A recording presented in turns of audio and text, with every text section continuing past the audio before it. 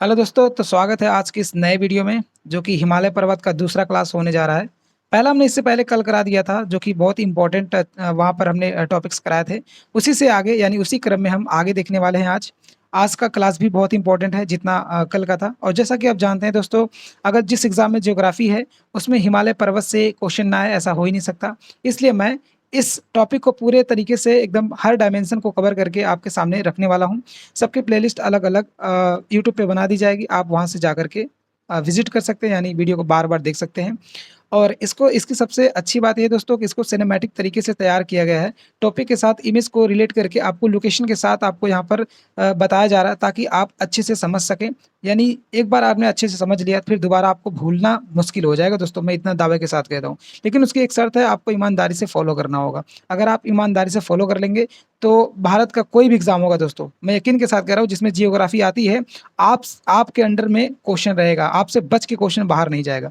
क्योंकि मैं इसको इस लेवल से कवर कर रहा हूँ जिसमें प्री मेंस चाहे कुछ भी कोई भी लेवल का एग्ज़ाम हो, आप उसको देने में सक्षम रहेंगे, ठीक है?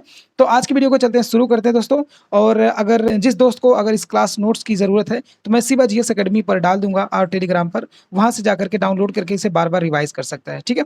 तो सबके बस की बात नहीं है दोस्तों इस तरीके की क्लास कराना, क्योंकि इस तरीके की क्लास कराने में बहुत ज़्यादा मेहनत होती है। लेकिन मैं आपके लिए वो संघर्ष, वो मेहनत करने के लिए तैयार हूँ। लेकिन दोस्तों उससे पहले आपसे एक रिक्वेस्ट है कि अगर वीडियो अच्छा लगे तो प्लीज़ वीडियो को लाइक करके चैनल को सब्सक्राइब कर देना और अपने दोस्तों के साथ शेयर ज़रूर करना। और अगर आप हमें सपोर्ट करेंगे तो हम आपके लिए हमेशा हार्ड वर्क करते रहेंगे और इस चैनल पर आपको हर एक कंटेंट फ्री में दिया जाएगा, चाहे वो एमसीक्यू हो, चाहे कोई कोर्स आया हो, सब आपको फ्री में दिया जाएगा। ये चैनल आपके लिए फ्री में ही ओपन किया गया है ताकि आपका सपोर्ट किया जा सके, ठीक है दोस्तों? तो आपको भटकने की कहीं ज़रूरत नहीं है, बस आप ईमानदारी से इस सेशन को फ़ॉलो करिए। हम जियोग्राफ़ी को पूरे टॉपिक को इसी तरीके से कवर करेंगे। जियोग्राफ़ी के अलावा और जितने भी सब्जेक्ट हैं, सबको हम इसी तरीके से कवर करने वाले हैं। ठीक है दोस्तों, तो चलिए वीडियो को स्टार्ट करते हैं। आज देखने वाले हैं हिमालय की ऊँचाई के अनुसार क्षेत्रीय विभाजन देखें, ठीक है? आपने बहुत बार टॉपिक को पढ़ा होगा लेकिन आपको समझ में नहीं आया होगा। आज मैं उस तरीके से समझाऊँगा कि आपको टॉपिक के साथ आप इमेज अपने माइंड में जब स्कैन करेंगे ना, तो सारे के सारे टॉपिक आपको याद आएँगे, ठीक है? बस आपको ईमानदारी से इसे वीडियो को लास्ट तक देखना है, ठीक है? तो चलिए शुरू करते हैं। पहले हेडिंग की बात कर लें। यहीं से हमने कल छोड़ा था, लेकिन एक बार हम उसको रिकॉल करा दे रहे हैं, उसके बाद हम आगे चलते हैं, ठीक है? कह रहा है कि हिमाद्री क्षेत्र क्या होता है दोस्तों? जो हिमाद्री क्षेत्र होता है, उसके ऊपर की जो ऊँचाई होती है वो 6000 मीटर तक होती है। क्या दोस्तों? वो 6000 मीटर तक होती है। यहाँ अस्थायी बर्फ और हिमनद पाए जाते हैं। यहाँ आप सबसे ऊपर देख सकते हैं। यहाँ पर अस्थायी बर्फ और हिमनद यानी ये ग्लेशियर का क्षेत्र है जहाँ पर आप देख सकते हैं। इतनी बेहतरीन तरीके से कोई आपको समझाएगा? नहीं समझाएगा दोस्तों। इसलिए कहता हूँ ईमानदारी से इस सेशन को, इस सीरीज़ को, इस वीडियो को पूरा देखें और अपने कांसेप्ट को क्लियर करें, ठीक है? सेकंड हेडिंग की बात कर रहा है, कह रहा है कि जस्ट उसके नीचे आएँगे यानी जस्ट इसके नीचे आएँगे यानी 3600 से लेकर 6000 मीटर के बीच में जब आएँगे, तो आपको देखने को मिलेगा यहाँ घास के मैदान और छोटे झाड़ियाँ पाई जाती हैं। क्या दोस्तों? यहाँ पर घास के मैदान और छोटे झाड़ियाँ आपको देखने को मिल जा रही होंगी, ठीक है? ये कई बार आपको क्रम लगाने के लिए देता है क्वेश्चन, तो आप इसे ध्यान से देखेंगे तभी चीज़ें समझ में आएगी, ठीक है? अगर जस्ट उसके नीचे आएँगे दोस्तों, समशीतोष्ण क्षेत्र। क्या दोस्तों? समशीतोष्ण क्षेत्र आपको देखने को मिल जाएगा जिसकी ऊँचाई लगभग 1500 से लेकर के 3600 मीटर तक पाई जाती है। यहाँ आप देख सकते हैं, देखिए यहाँ पर आपको कोई भी कन्फ्यूज़न होने की ज़रूरत नहीं है। इसको इमेज को आप एक बार अपने दिमाग में बैठा लें, तो चीज़ें आपके लिए बहुत ज़्यादा आसान हो जाएगी। और यहाँ देखते हैं, यहाँ देवदार, चीड़, बाज और बाँस या बाज, फर आदि वृक्ष पाए जाते हैं। बाज नहीं होगा मेरे ख़्याल से, बाँस होना चाहिए, ठीक है? फर आदि वृक्ष पाए जाते हैं, ठीक है? आप यहाँ से देखेंगे पीसीएस के यूपीएससी तक के क्वेश्चन में ये देवदार, चीड़ नामक जो पेड़-पालो होते हैं, इनसे क्वेश्चन बनाए गए हैं। तो आप इसे अगर कॉन्सेप्चुअल क्लैरिटी कर लेते हैं, तो आपके सामने कोई भी एग्ज़ाम हो, आप उसे करने में सक्षम रहेंगे, ठीक है? आइए उसके आगे चलते हैं 4th नंबर पे, तो कह रहा है उपोष्ण कटिबंधीय क्षेत्र। जस्ट उसके नीचे आएँगे तो उपोष्ण कटिबंधीय क्षेत्र आपको देखने को मिल जाएगा, जिसकी ऊँचाई 900 मीटर से लेकर के कितना है? 1500 मीटर तक। कितना? 900 मीटर से लेकर के 1500 मीटर आपको देखने को मिल जाएगी, ठीक है? यहाँ आप देख सकते हैं, ठीक है? जस्ट उसके बाद आएँगे तो पादप क्षेत्र मिलेगा। क्या दोस्तों? पादप क्षेत्र मिलेगा जिसकी ऊँचाई की बात करें तो लगभग 900 मीटर से नीचे है। 900 मीटर से ऊपर नहीं, 900 मीटर से नीचे, ठीक है? यहाँ पर उष्णकटिबंधीय वन और कृषि क्षेत्र पाए जाते हैं। यहाँ पर कृषि भरा क्षेत्र है। यहाँ पर कृषि की जो अधिकता है वो सबसे ज़्यादा पाई जाती है। यहाँ उपोष्णकटिबंधीय आपको देखने को मिल जाते हैं। ठीक है दोस्तों, यहाँ पर सबसे ज़्यादा कृषि आपको देखने को मिल जाएगी, ठीक है? आज हमने पूरा रिकॉल कर लिया जहाँ से हमने कल छोड़ा था। तो मैं हर एक क्लास को लिंक करके पढ़ाऊँगा दोस्तों, ताकि आपको ये ना लगे कि यहाँ से कुछ गैप आपको देखने को मिल रहा होगा, ठीक है?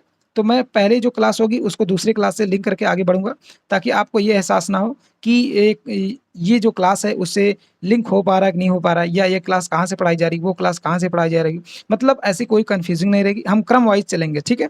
आपको एक-एक चीज़, एक-एक टॉपिक, एक-एक लाइन आपको मैं कवर कराता चलूँगा, कोई भी डाउट आपका नहीं रहेगा। लेकिन उसके लिए आपको ईमानदारी से फॉलो करना होगा लास्ट तक, ठीक है?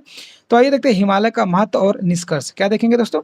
आइए देखते हैं हिमालय का महत्व और उसके निष्कर्ष की बात कर लेते हैं। तो सबसे पहले अगर देखेंगे, हिमालय भारत का प्राकृतिक सुरक्षा कवच है। क्या दोस्तों? जो हिमालय है वो भारत का प्राकृतिक सुरक्षा कवच है, ये तो सबको पता है।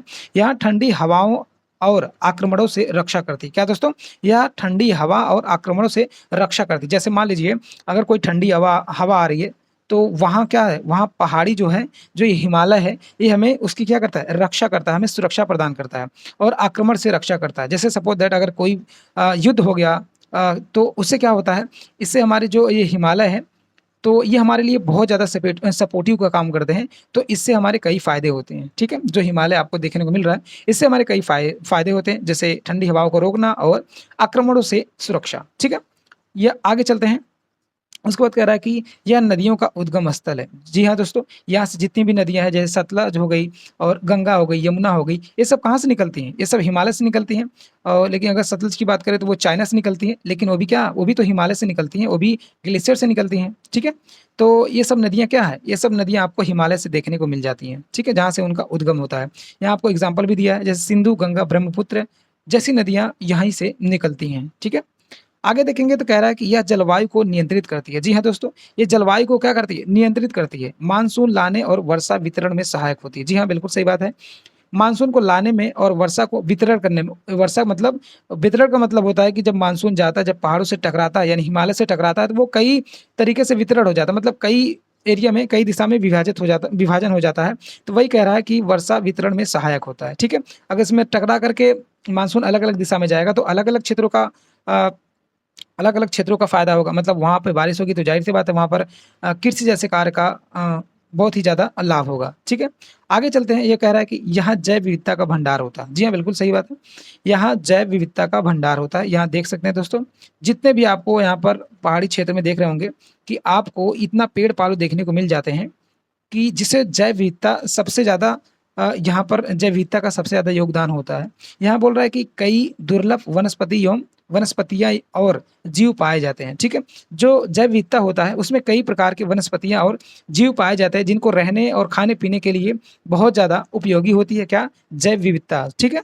तो ये जानवरों के लिए, हमारे प्रकृति के लिए, हमारे एनवायरनमेंट के लिए सबसे ज़्यादा महत्वपूर्ण होती हैं। क्या दोस्तों? जैव विविधता, ठीक है? आइए 5th नंबर पे चलते हैं। कह रहा है कि यह पर्यटन, तीर्थ, साहसिक खेलों के लिए प्रसिद्ध होते हैं, जैसे शिमला, मनाली, ऋषिकेश, नैनीताल प्रमुख स्थल हैं। जी हाँ, बिल्कुल सही बात है। कह रहा है कि जो ये हिमालय रेंज है, इसमें जब नीचे की तरफ जाएँगे, जैसे हमने पहले देखा कि उसमें उष्णकटिबंधीय है, तो कहीं कृषि क्षेत्र के लिए कार्य किया जा रहा है। तो वैसे इसमें दिया है कि जो वो हिमालय के एरिया है, जैसे उसके नीचे की जो घास वगैरह जहाँ पर रहती है, जो पहाड़ी क्षेत्रीय है, तो वहाँ पर क्या है दोस्तों, वहाँ पर लोग देखने आते हैं, विदेशों से देखने आते हैं। तो वो पर्यटन और तीर्थ और साहसिक खेलों के लिए प्रसिद्ध प्रसिद्ध है, मतलब वो इन चीज़ों में बहुत ज़्यादा उसकी योगदान होती है। जैसे आप देख सकते हैं, शिमला हो गई, मनाली हो गई, यहाँ पर लोग बहुत ज़्यादा पर्यटन आते हैं। तो इससे क्या होता है, इससे हमारी आर्थिक वृद्धि होती है, हमारी अर्थव्यवस्था का लाभ होता है, ठीक है? और नैनीताल प्रमुख स्थल, जैसे नैनीताल आप देख सकते हैं, वहाँ पर देखने के लिए इंडिया से तो जाते ही हैं, और इंडिया के अदर राज्यों से जाते हैं, और बाहरी, मतलब विदेशी कंट्री से भी लोग आते हैं देखने के लिए। इससे क्या होता है, इससे हमारी अर्थव्यवस्था को लाभ होता है, ठीक है? तो इसमें कहीं न कहीं हमारे अर्थव्यवस्था, हमारे पूरे भारत की जो इकोनॉमिक्स है, उसमें क्या करती है, उसमें बहुत ज़्यादा योगदान देती है। क्या दोस्तों? जो हिमालय है, ठीक है? तो आप कह सकते हैं कि हिमालय हमारे लिए बहुत ही ज़्यादा उपयोगी माना जाता है। ठीक है दोस्तों? तो चलिए आगे देखते हैं। दोस्तों एक बात मैं कहना चाह रहा हूँ, मैं इस क्लास के लिए थोड़ा माफ़ी चाहता हूँ, मुझे अर्जेंट कॉल आ गया, मुझे जाना पड़ रहा है दोस्तों, तो मैं उसके लिए खेद हूँ, उसके लिए माफ़ी चाहता हूँ, और जहाँ से मैं क्लास छोड़ूँगा वहीं से मैं क्लास को आगे बढ़ाऊँगा। बट आज मुझे इस क्लास को मजबूरी में रोकना पड़ रहा है दोस्तों, आज मैं आपसे सॉरी, मतलब क्षमा चाहता हूँ कि थोड़ा इमरजेंसी है, मुझे जाना पड़ रहा है, इसलिए, नहीं तो मैं क्लास को पूरी कंप्लीट कराता। फिर भी मतलब रिवाइज़ करने भर के हमने करा दिए हैं आज की क्लास। तो आज की क्लास को आप बेहतरीन तरीके से रिवाइज़ करना। कल हम इसके आगे से उसी क्रम में आगे बढ़ेंगे। आपका कोई भी गैप, कोई भी क्लास मिस नहीं होगी दोस्तों। हम एक सीरियल वाइज़ चलेंगे ताकि आपका कोई भी मतलब क्लास कन्फ्यूज़ ना हो, ना ही क कोई क्लास का गैपिंग हो। लेकिन आज मुझे थोड़ा-सा मजबूरी है, मुझे आज की क्लास को यहीं पर मतलब स्टॉप करना पड़ेगा। तो ठीक है दोस्तों, तो मैं आज के लिए माफ़ी चाहता हूँ। कल फिर से हम उसी क्रम में हम आगे बढ़ेंगे, ठीक है? तो जितना मैंने क्लास करा दिया है, मतलब इससे पहले हमने अफ़वाह तंत्र का क्लास करा दिया था, वो मतलब उसके यूट्यूब चैनल पर है, वहाँ पर जाकर आप उस सारी वीडियो को आप देख सकते हैं, बार-बार रिवाइज़ कर सकते हैं। और इसकी भी लगभग 2 क्लास हमने आज करा दी है, तो इसको भी आप 2 से 3 बार रिवाइज़ कर सकते हैं। बाकी कल से हम उसी क्रम में आगे बढ़ेंगे, ठीक है दोस्तों? तो एक बार मैं फिर से आपसे सॉरी बोलता हूँ आज के लिए, क्योंकि आज इमरजेंसी में मुझे जाना पड़ रहा है, तो आज की क्लास को मैं यहीं रोक रहा हूँ। कल फिर से मिलते हैं नए सेशन में, तब तक के लिए जय हिंद, वंदे मातरम। धन्यवाद।